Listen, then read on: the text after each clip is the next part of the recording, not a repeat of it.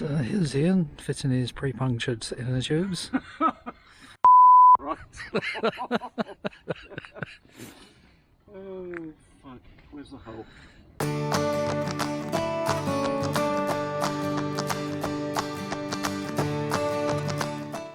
Hello again YouTube, and welcome to my Sunday ride on the On1 Free Ranger gravel. So what I'm going to do today is give you the 1 month update, which will include a little bit of DIY tinkering, where I fill some inner tubes with slime sealant. All will become apparent.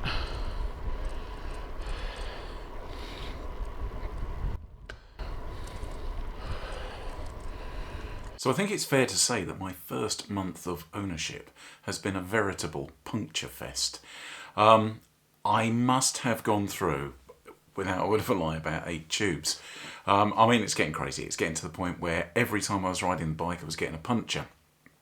In fact, it actually drove me back to Zwift for a while, just so that I could get on a bike that I knew wasn't going to puncture, and one that I knew I could go out to in the morning and it wouldn't have a flat tyre. The only thing I can put it down to is probably the OE tyres, and I know I said I was going to persevere with them, and I've given them a month.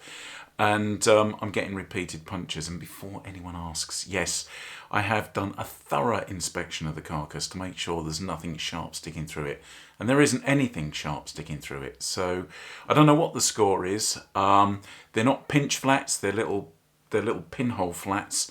So I'm just guessing that these Pan Racer OE tyres that came with the bike, they're quite soft, and I'm guessing I'm getting a little flint or little thorn coming through the carcass of the tyre, pops the tube, and then it flies out. It's on its merry way and you're not. So I've bought myself some new tyres. I've gone for these Schwalbe CX Comp tyres. I was struggling to find a decent gravel tyre in this particular size, which is 700C 38. I probably could have gone for a 40 on there, and that would have given me a wider choice, but I'm a little bit OCD like that. It came with 38s, so I wanted to put 38s back on there. And these fitted the bill. They came in at about 20 quid a tyre, so you can't complain price-wise. They have a degree of puncture protection. They're not right up there with the full range of puncture protection that you can get from Schwalbe, but I think they're probably going to be better than the Pan Racers, so I've lobbed them on the bike. Now those are going to go hand in hand with some new tubes. I've gone with these specialised tubes. Now the reason that I've chosen these is that they're specialised, so they're a decent brand. But more importantly, they've got removable valve cores. Because as I mentioned in the intro, I'm going to be using these with slime puncture protection sealant fluid, call it what you will. So basically to get the fluid into the tube, you need a tube with a removable core. And I found these, and Continentals I think come with a removable core, so either of those would be fine. As promised in the intro, I am going to put this sealant into the tubes, but I'm saving that for the end of the video because I guessed most people would be more interested in just watching my thoughts on the bike over the first month rather than watching me horrendously cock up putting sealant into these tubes. So there is a section at the end. If you want to see me make a pig's ear of that, just skip forward to the end. I've time-stamped everything. Or you can watch the on-road bit and then just roll into it. So let's dive back to Ian on the bike, and I'll talk a little bit more about my experiences in the first month. So what else can I tell you after a month of ownership? Well, I mean, I love the bike. I think I made that clear after the first ride video. And it's kind of, it's making me doubt whether I need so many bikes, because I've almost exclusively ridden this. The only time that wasn't true was in the week where I was completely out of inner tubes and had to take the mountain bike out. But even then I was riding the mountain bike and thinking, well, everywhere I'm going on that mountain bike, I could go on this. more quickly. And talking of speed, I've ridden it a couple of times with my mate, who is very impressed with the progress it makes on the road. So, you know, I did say I thought that was the case. It does feel a very rigid frame. It feels like it's not wasting a single watt. And that's certainly borne out by the way I'm keeping up with him on his road bike. For one horrible moment there, I thought I'd got another puncture. Now this is the first ride on these Schwalbe CX Comp tyres, and they definitely feel like they roll better than the Pan Racers. But for me, the acid test will be whether they finish the ride with the same air in them that they had when they started. You'll see when I do the shots of the bike being worked on that it's wearing a different saddle.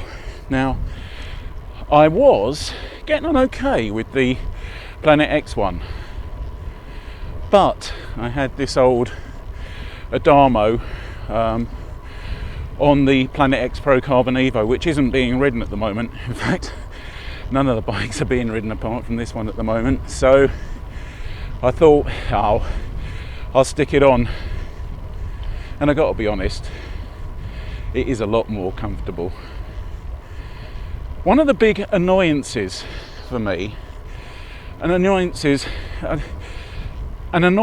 probably the wrong word, but one of the niggles is, believe it or not, the shape of the bottom bracket. Now, how that manifests itself is when I work on the bike, I like to, with a carbon frame, use my Park Tools I think it's PRS 20 work stand, because that clamps the front wheel spindle axle, and then the bottom bracket rests in a cradle. So on a carbon frame, you're not loading up anything in a way that it wasn't designed to be loaded up in the first place, which is good. And I was aware that when I bought this, being bolt through both ends, I was going to need an adapter for the wheel axles. So I did indeed go out and buy the relevant adapter, which Park Tools stuff, geez, that cost as much as my big old-fashioned work stand. Car back.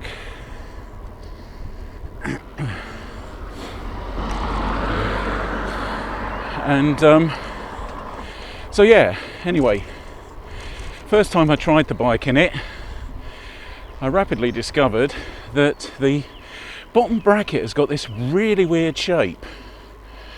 It's kind of slanted or angled, where it's bigger on one side and slightly further set back, it would seem, than the other.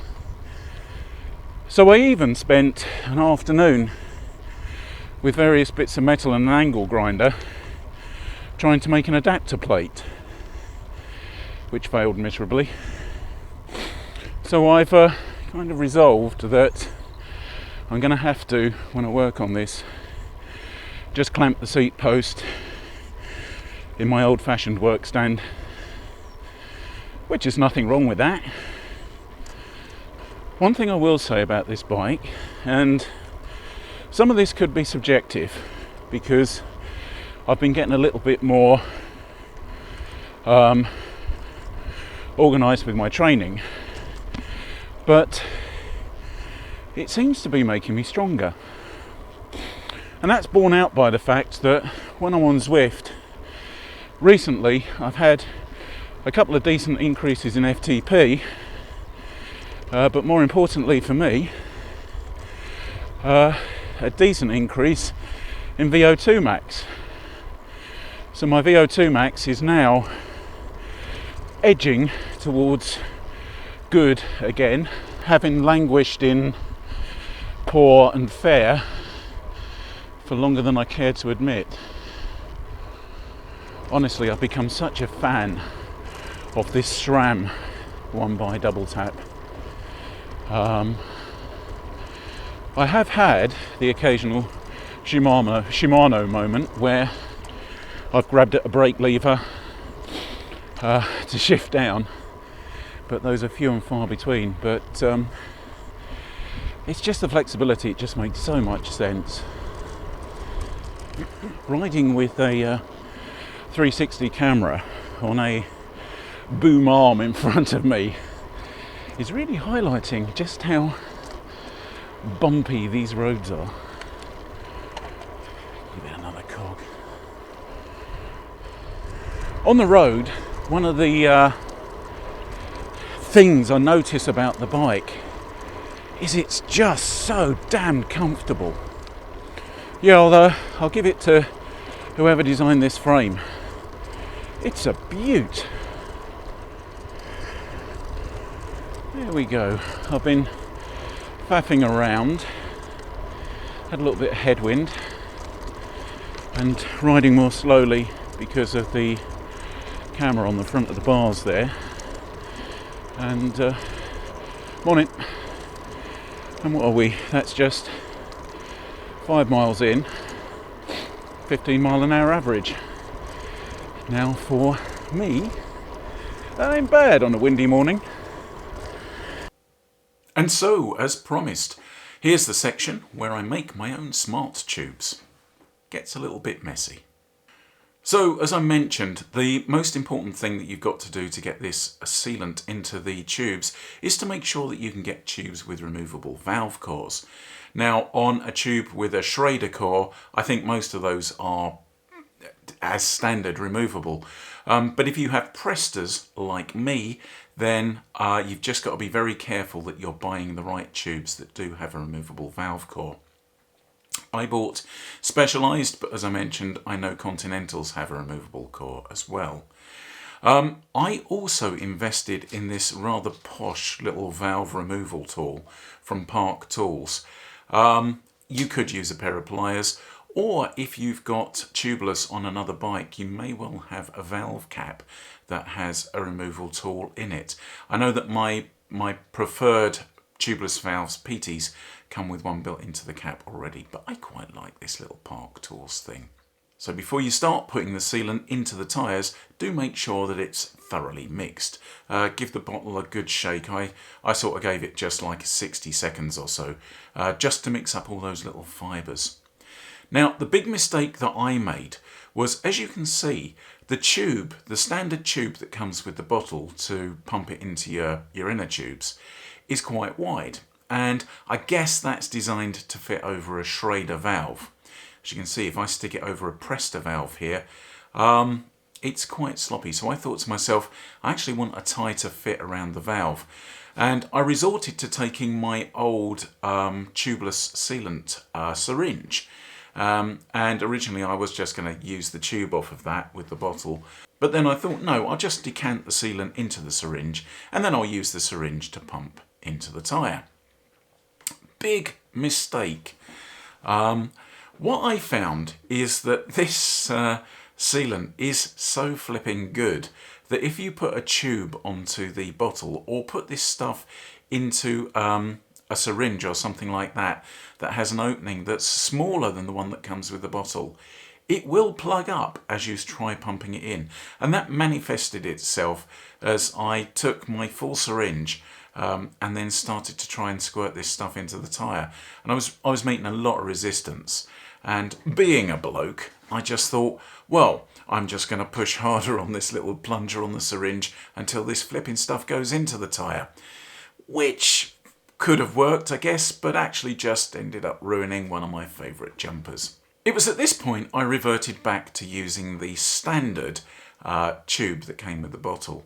Now, like I say, that does feel like it's going to be a bit of a sloppy fit. What I did was I took the retaining nut that comes with the inner tube, wound that onto the stem, and then butted the tube hard up against that. And I actually found if I just put a little bit of pressure around the tube as I was pumping the sealant in out the bottle, it went in fine.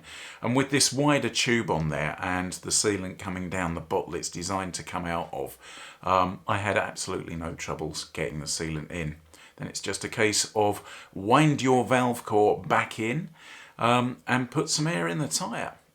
Give the tyre a good spin just to make sure that all of that sealant is distributed around the inside of the tube, and you should be good to go.